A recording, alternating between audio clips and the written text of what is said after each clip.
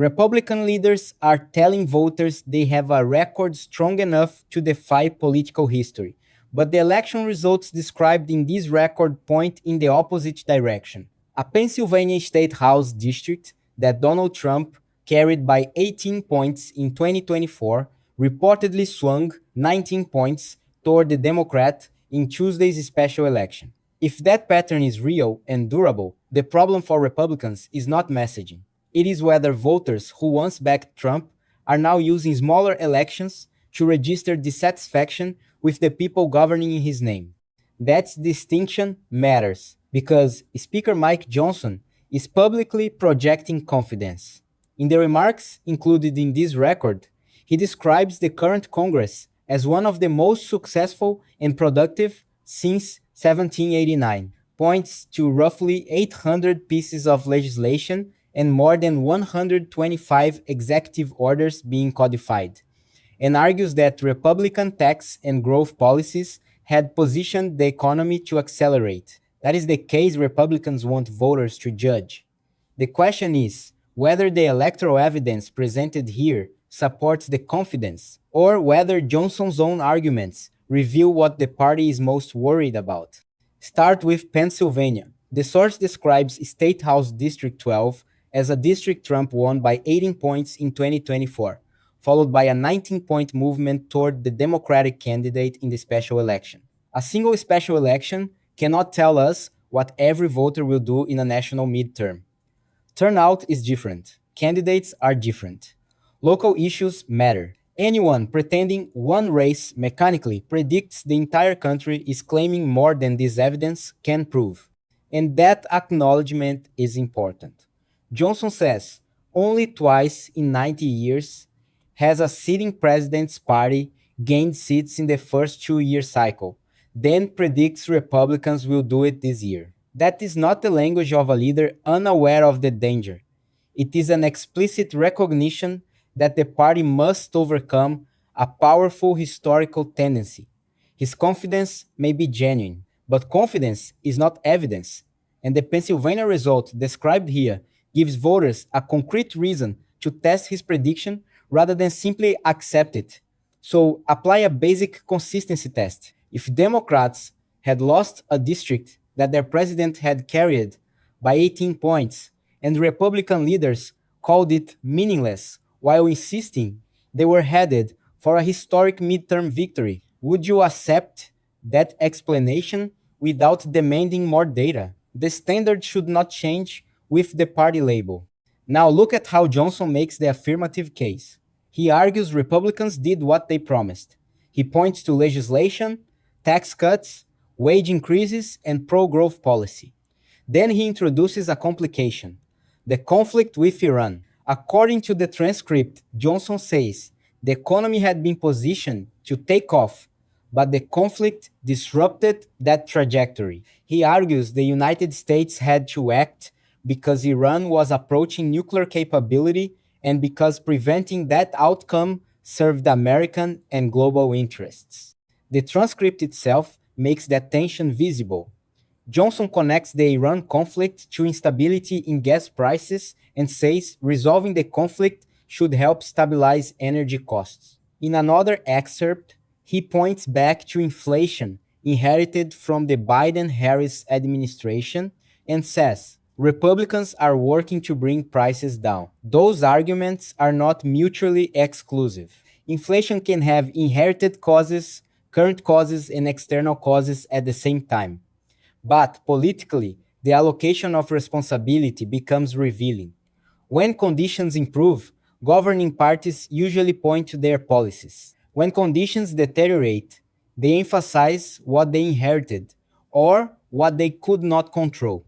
Voters do not experience those categories at a podium. They experience the price at the pump, the grocery bill, the freight surcharge, and the monthly budget. The source describes Texans talking about diesel costs they consider unsustainable, including one man who says he gave up a Ford F-250 diesel because fuel had become too expensive. The transcript also claims very high gasoline and diesel prices and unusually elevated refining spreads. Those exact market figures are asserted in the source but are not independently documented within the material provided. So, they should not be treated here as verified national statistics. The voters' complaint, however, illustrates the political problem clearly. Explanations about inherited inflation compete with what people are paying now.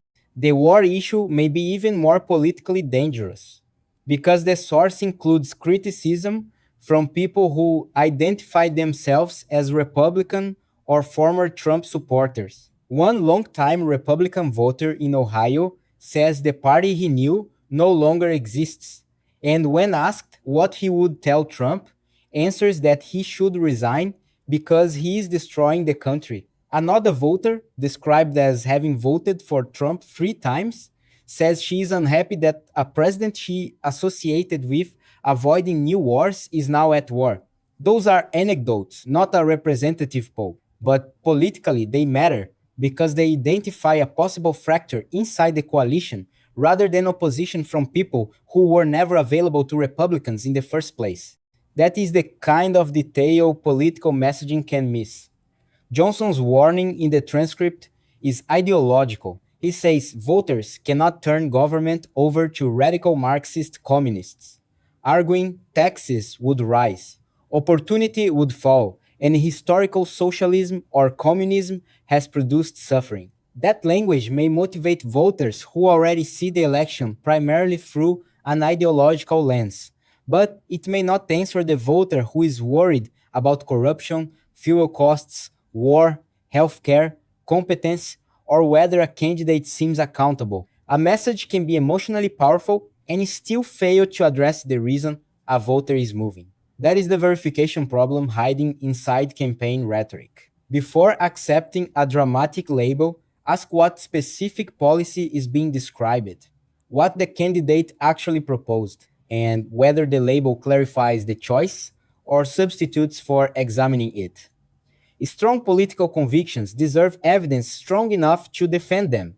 That claim can sound persuasive until one missing piece of context changes what it means, and repeating it too quickly can make your own argument easier to dismiss. Learn to test the framing before risking your credibility. Don't Get Played gives you a practical method for doing that. The complete digital ebook is only $9, one time. Open the description and click the first link now. The same link is in the first pinned comment, because the polling claims in this record create the next test. The transcript cites Michigan polling that it describes as favorable to Democrats. It says Abdul El Sayed leads Mike Rogers in one statewide matchup and that Jocelyn Benson holds a much larger advantage over John James in another. It also describes some of those results as coming from a Republican-sponsored poll. Those details, if accurate, would be politically significant because Michigan is not a place Republicans can casually surrender in a competitive national environment. But this is exactly where evidence discipline matters. The transcript gives several percentages, refers to a tip poll, and calls it highly rated. Yet, it does not provide the questionnaire, field dates, sample construction, margin of error, or a link to the underlying poll. Without those pieces, we should not convert a spoken summary into certainty about November. Polls are snapshots, matchups can change, registered voter and likely voter models can produce different results. Candidate recognition changes as campaigns intensify. The strongest reasonable defense of Republicans in this record is straightforward. Special elections can be weird. Polls months before voting can be wrong. Individual interviews are not representative. Economic conditions can be shaped by inherited inflation and international conflict. A president's party usually struggles in midterms, so some backlash would not necessarily mean a collapse of the governing coalition. And Republican leaders can reasonably argue that voters should compare their agenda with the Democratic alternative, rather than treating every disappointing data point as a referendum on Trump. All of that is fair. It is also why the conclusion should not be a wipeout is guaranteed. This source cannot establish that. The election is still ahead, and the transcript itself says there were 77 days remaining when Johnson spoke. Campaigns exist because outcomes are not predetermined. But uncertainty cuts both ways. You cannot use the election is far away to dismiss bad evidence and then use the same distance to confidently predict a historic victory. If Republicans want the public to believe they will defy 90 years of midterm history, the burden is not on skeptical voters to prove a wipeout in advance. The burden is on the party making the extraordinary prediction to show why the coalition is stronger than the warning signs suggest. That principle becomes more human in the final military excerpt. The source describes reports concerning an extended deployment aboard the USS Abraham Lincoln and allegations that several crew members may have tried to jump from the ship. Representative Pat Fallon responds that he has not personally heard confirmation through his office, says there is existing oversight, and expresses trust in the Navy. He acknowledges that a deployment of roughly 260 days is long, and praises service members for doing their jobs.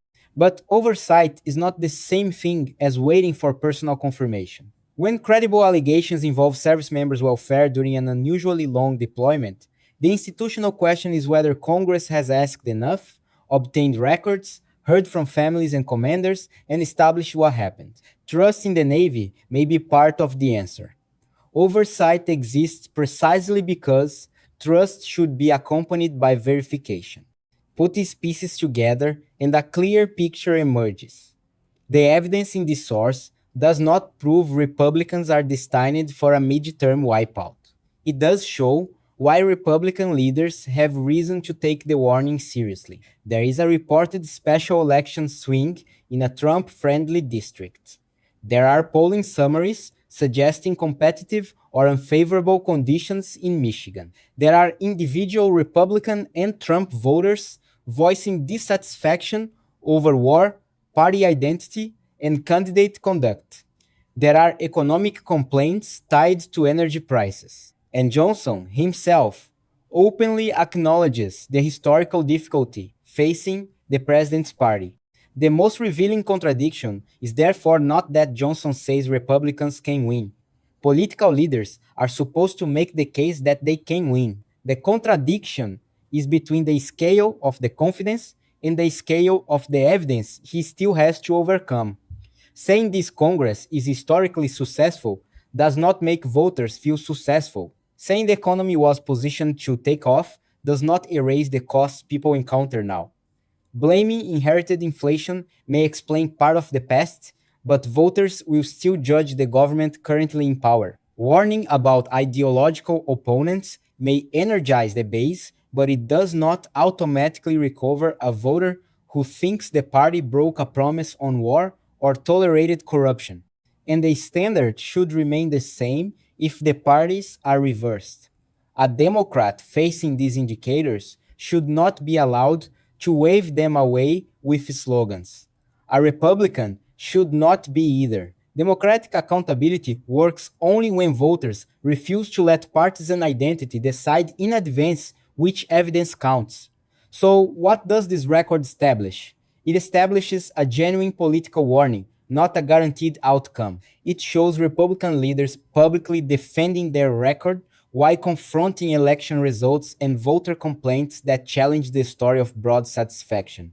It shows competing explanations for economic pressure and war. It shows that some of the most dramatic claims in the source remain insufficiently documented to repeat as settled fact. And it shows why the next 77 days described in the transcript matter. The question is whether these warning signs consolidate into a national pattern or fade as turnout, candidates, and conditions change. What remains unknown is just as important. We do not have inside this source a complete national special election dataset. We do not have the underlying documentation for every polling or market statistic. We do not know whether the interviewed defectors represent a meaningful share of Republican voters. We do not have enough evidence here to resolve the disputed military reports. Those limits do not erase the warning. They define exactly how far a responsible conclusion can go. The political consequence is simple. Republicans are asking voters to judge them as the governing party. That means their achievements, their wars, their prices, their candidates, their oversight, and their explanations all enter the same ledger. They may still persuade enough voters. But if the Pennsylvania swing described here is part of a broader movement, fear based labels alone will not solve it. The party will have to answer the more difficult question: why are some people who previously voted Republican now willing to punish Republicans?